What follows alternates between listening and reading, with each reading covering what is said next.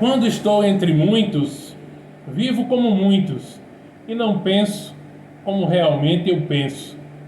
Essa frase é uma frase de Friedrich Nietzsche que nos faz refletir. Pois é, nesse momento ele sentia como se a alma dele estivesse sendo roubada, a sua essência estivesse sendo roubada. Por isso que ele mesmo diz para nós: torna-te quem tu és. Torna-te quem tu és, busca a tua verdadeira essência. Aí vem dentro do que Carl Gustav Jung diz do processo de individuação, da importância da metanoia e do processo de individuação. Bem, quando se fala essa frase para a gente refletir, não é? E quando estou entre muitos, você penso como muitos e não vivo, não penso como realmente penso. Quando estou entre muitos, vivo como muitos e não penso como realmente eu sou, como realmente eu penso. O que isso realmente quer nos dizer? A psicologia social mostra isso de uma maneira muito clara, muito tranquila. Os indivíduos, quando estão juntos, quando estão em massa, eles acabam cedendo a uma opinião vigente, a uma opinião de alguém que está no comando, e todos se pronunciam como se tivessem a mesma opinião, a mesmíssima ideia sobre tudo. E isso é impossível. Isso não só não é verdade, como isso é impossível. Vou dar exemplos. Um grupo todo de estudantes que faz uma passeata. Parecem todos quererem exatamente os mesmos objetivos, mas se você for entrevistá-los individualmente, separadamente, você vai ver que existem objetivos em comum, mas também existem particularidades. Da mesma forma, movimentos grevistas, e eu já participei enquanto professor de movimentos grevistas, não é? É interessante. Se você pega um movimento grevista, inclusive é uma dica que eu dou sempre, já cheguei a dar em alguns locais, né, em tom de ironia, mas é verdade. Se você quiser acabar com o movimento grevista, é fácil. Por quê? Porque, em tese, todos estão animados e propondo as mesmas metas, o mesmo objetivo classista, o objetivo de classes, a luta de classes, etc. Todos, quando estão em grupo, se mostram fortes, valentes e corajosos. Mas se você conversar com eles individualmente, se você conversar separadamente, se você conversar a sós com todos eles, até mesmo com os mais líderes e bravos do movimento, você vai ver que numa conversa a sós, individualmente, o papo já é outro, a conversa muda, a conversa é diferente. Ou seja, todo ser humano, quando está em grupo, quando está em bando, ele procede de uma maneira. Ele estando sozinho, ele procede de outra. Por quê?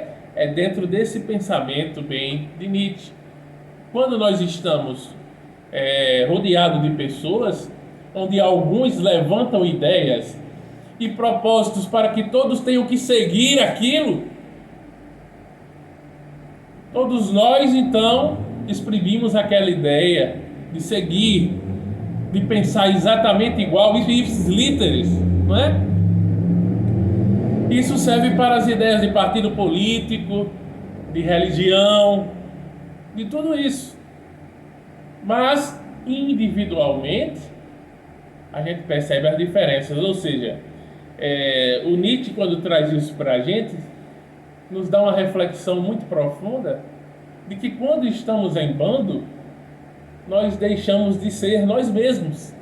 E isso a psicologia social apresenta. Quando estamos em bando, deixamos de ser nós mesmos, perdemos a nossa autenticidade, perdemos a nossa espontaneidade, deixamos de ser quem realmente somos para agradar a massa, agradar os colegas, agradar a maioria, agradar o discurso vigente. É isso. É isso exatamente que acontece. Então, o objetivo nosso deve ser sempre tornarmos-nos quem nós somos. Buscarmos o nosso processo de individuação, ou seja, exaltar as diferenças Podemos ter pontos convergentes, mas que bom que temos divergências, que bom que somos seres únicos e incomparáveis. Todos nós somos únicos e incomparáveis, ou seja, não há outro Manuel como tal Manuel não há outro Kardec Lima, professor Kardec é só um. Professor fulano de tal é só outro, professora fulano de tal é só outra. Cada um é cada um. Não existe cópia, não existe outro igual a você. Você já parou para pensar isso? Não existe um ser igual a você no universo, nas galáxias. Não existe nada, ninguém igual a você. Isso é algo fantástico que você deve se orgulhar. Ter aquele bom orgulho, né, de saber que você é única, que você é único. Portanto, exalte as diferenças. Não queira ir com a manada, não queira ir com o gado. Quando você estiver indo com a maioria, reflita, pense, será que eu realmente estou fazendo certo? Só porque a maioria está certo? Será que é isso? Ah, mas eu não quero perder. A ideia de perder, não é? Que nós temos é a ideia de ir com a minoria. Por isso que sempre vamos com a maioria. Indo com a maioria, às vezes, votamos errado. Indo com a maioria, às vezes, procedemos errado. Por que não ir com a minoria? Ou por que não ser o diferente? Não para querer aparecer, mas porque você tem o seu pensamento próprio. Você tem a sua ideia, você tem a sua maneira de ver e de enxergar o mundo. E muitas vezes em nossa vida, principalmente na juventude, nós somos levados como massa de manobra, né? Todo mundo já foi massa de manobra alguma vez, de um partido político, de uma religião, de uma greve, de qualquer coisa que você possa imaginar. Porque tem sempre pessoas que estão na liderança, e essas que estão na liderança estão vendo, tendo uma visão além do alcance, né? Além do que todos os outros estão vendo. Estão utilizando de estratégias. Geralmente líderes de greve, não estou falando de maneira generalizando, nem estou dizendo que a greve não deve ser feita. É importante dizer isso, porque greve é um direito constitucional de qualquer trabalhador, de qualquer classe, e deve ser feita e deve existir. Ok. O que eu estou querendo me referir aqui são exemplos, apenas isso. Tá? Nada pontualmente contra isso ou contra aquilo.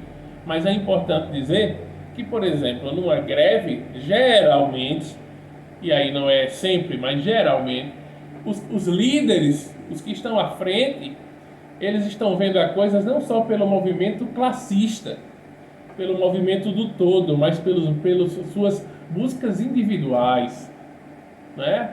pelas suas buscas pessoais, por aquilo que eles querem tirar vantagem naquele processo, das barganhas do jogo político, das barganhas, das maneiras ocultas de esfriar o movimento grevista, de recuar o movimento grevista e obter vantagens pessoais, vantagens individuais, profissionais, financeiras e por aí vai. Sempre foi assim, né? Mas para aqueles mais leigos, inocentes, na juventude, na empolgação, todo mundo no primeiro período da faculdade está empolgadíssimo, né?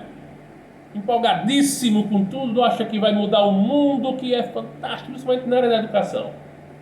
A área da educação, que você está no primeiro período, você acha que vai mudar tudo, vai mudar o mundo, vai ser fantástico, vai ser o professor revolucionário, né? Porque vem a introdução de Paulo Freire, de mecanismos que você acha que tudo vai ser uma revolução. E você depois, quando está no chão da escola, no chão da sala de aula, você vê que é tudo diferente. E o sistema é bruto. O sistema é muito forte. Para onde você olha na sociedade, o sistema é bruto. O sistema é muito forte. Por isso que nós temos que fortificar nós mesmos, para sermos pessoas mais capazes. Porque quando nós perdemos a nossa essência, e deixamos que roubem a nossa essência, roubem a alma, roubem o espírito, roubem a essência, nós então vamos ser um nada, vamos ser mamulengos, fantoches, levados, empurrados pelo vento, marionetes bonecos de posto, levados pelo vento e por aqueles que estão no comando, que estão à frente dos movimentos, já com visões maliciosas, estratégicas que aqueles mais leigos não têm.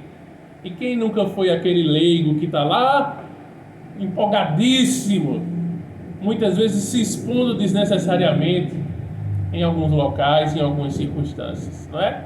Em nome do todo, em nome de uma pseudo-ideia de unidade, uma pseudo-ideia de estamos unidos totalmente por uma causa, um por todos e todos por um, como os três mosqueteiros, e na prática não é bem assim, porque existem aqueles que estão à frente do movimento e que eles jogam dos dois lados, né?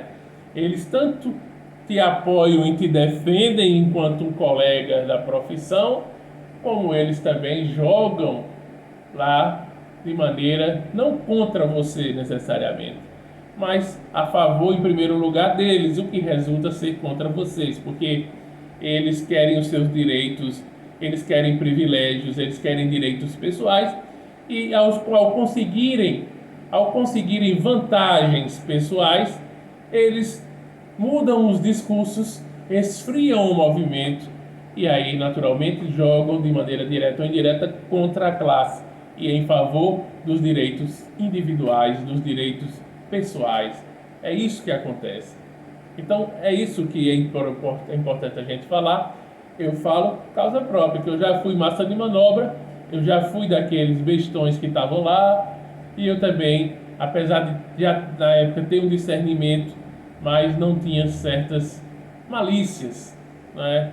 Certas coisas que a vida ensina e que, felizmente ou infelizmente, nesse mundo nós não podemos ser tolos, não podemos ser pessoas totalmente puras para um mundo impuro. Essa que é a grande realidade. Isso não significa dizer que vamos deixar de preservar coisas boas e sentimentos nobres e deixarmos de valorizar aquilo que é mais de essência, aquilo que é a verdadeira riqueza, que é a riqueza do coração, a riqueza da alma. Mas também não podemos abandonar e esquecer que estamos numa terceira dimensão, ainda voltada a interesses, a barganhas, não é? E a situações em que é necessário ter estratégias e malícias para conseguir certas coisas. É assim que funciona e nós devemos nos adaptar ao meio para não sermos atropelados pelo próprio sistema. O sistema é bruto. Em todas as áreas que você olhar, o sistema é bruto, muito bruto. Por isso, nós não adiantamos ficar só criticando o sistema. A crítica é importante. Criticamos a Matrix, criticamos o sistema bruto, mas também não podemos esquecer, e às vezes até nos esquecemos, mas não podemos nos esquecer que estamos dentro do processo, queira ou não queira, porque a terceira dimensão está aqui. Mesmo que a gente já pense, já vibre numa quinta dimensão, não podemos esquecer que estamos ainda dentro de um corpo de carne na terceira dimensão. E por isso temos que ainda dançar conforme a música da terceira dimensão. É assim que a banda toca, não é? Então, temos que assim fazer. É isso que eu queria trazer para a reflexão desse vídeo sobre todos nós. E eu posso falar de uma maneira assim, realmente, com muita propriedade, porque eu estudei ciências sociais, né? Então, como cientista social e também como um terapeuta, como um psicanalista, eu posso analisar bem a sociedade e o indivíduo e a sociedade, e a dialética entre ambos, entre eles. Pois é, um grande abraço, deixa o like, né? Ajuda o canal, por favor, né? Dá aquela força pra gente, deixa o like, interage, comenta, compartilha o vídeo. Eu tenho certeza que o canal traz utilidade, traz vídeos úteis, e aqui a gente fala sobre espiritualidade, uma espiritualidade livre também, correlacionando com temas pontuais do dia a dia, questões filosóficas, psicológicas, psicanalíticas, que estão diretamente ligadas também com o nosso papel espiritual em meio a tudo isso. Um grande abraço a você, deixa o like e se não for inscrito no canal, por favor, dá essa força para mim, se inscreve no canal, dá essa força pra gente, apoie o canal, tá? Eu quero que você, por favor, seja um aliado, uma aliada do canal, se inscrevendo, compartilhando e participando comigo. Vamos juntos!